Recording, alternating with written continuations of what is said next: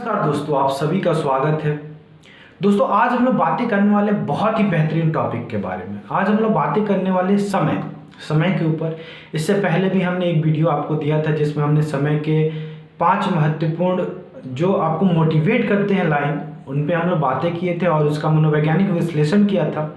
आज हम लोग भी बातें करेंगे 5 मोटिवेट करने वाले लाइन जो आप अक्सर सुनते रहते हैं। आप उनका क्या अर्थ होता है और क्यों वो किस तरह से उस जो ज्ञान है जो हमारे महापुरुषों ने हमें दिया उसका कैसे हम यूज़ कर सके, उस लाइन का आज हम लोग विश्लेषण करेंगे। तो इस तरह के आज हम लोग पांच ऐसे मोटिवेट करने वाले लाइन का विश्लेषण करेंगे। तो पहला बातें करते हैं दोस्तों, समय के ऊपर ही है। बुरी खबर यह है कि समय उड़ रहा है और अच्छी खबर यह है कि पायलट आप हैं। अब इस जो सेंटेंस है इसका क्या मतलब है?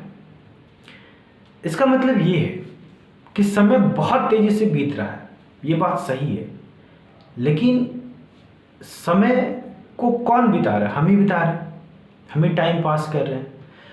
तो समय अगर जा रहा है तो समय का यूज़ करना हमारे हाथों में है। समय तो चला जाएगा, ये तो बुरी खबर है, लेकिन जब तक समय है उसका सही यूज़ कौन कर सकता है? हम कर सकते हैं।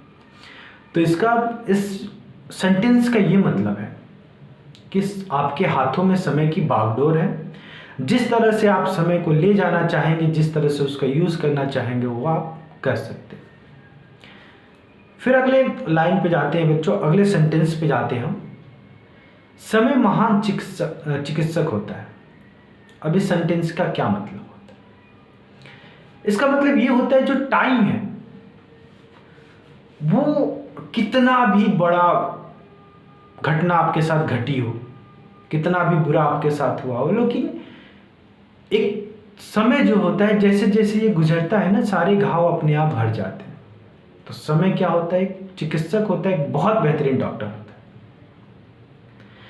और जैसे जैसे समय जाएगा वो चीज़ें तो जीवन में बहुत बार होंगी कि आपको दुख पहुंचेगा, तकलीफ होगी, आप असफल होंगे, लोग आपका मजाक उड़ाएंगे, तो वहाँ पे घबराना नहीं है। जैसे ही वो समय गुजरेगा, जैसे ही वो समय जाएगा, कुछ समय के बाद सब सही हो जाता है।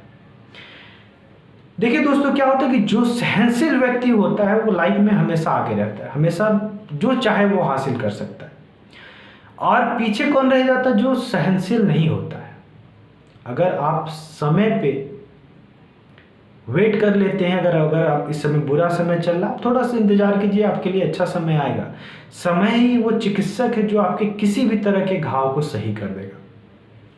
तो इस सेंटेंस से, इस मोटिवेट करने वाले सेंटेंस से हम ये समझते हैं। फिर अगला समझते हैं दोस्तों, समय किसी की प्रतीक्षा नहीं करता है। इस सेंटेंस का मतलब ये है कि समय जो है, आप कुछ भी हो, डॉक्टर हो, इंजीनियर हो, कुछ भी हो, किसी भी पद पे हो, आपका वेट नहीं करेगा।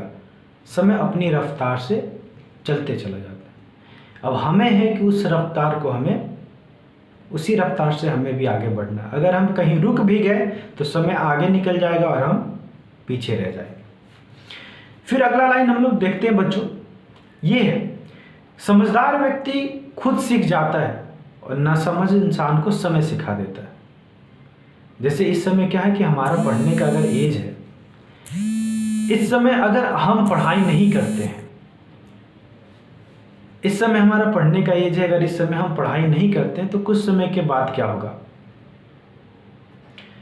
कि धीरे धीरे जब समय ये बीत जाएगा तो समय आपको बता देगा कि आपका जो गोल्डन टाइम था उस समय आपने क्या किया था।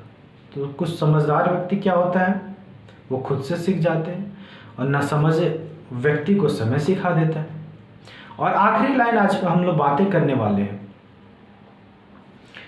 आखिरी सेंटेंस ये है समय के ऊपर कि लोग समय को नष्ट करने की बात करते हैं जबकि समय धीरे धीरे उनको नष्ट कर देता है।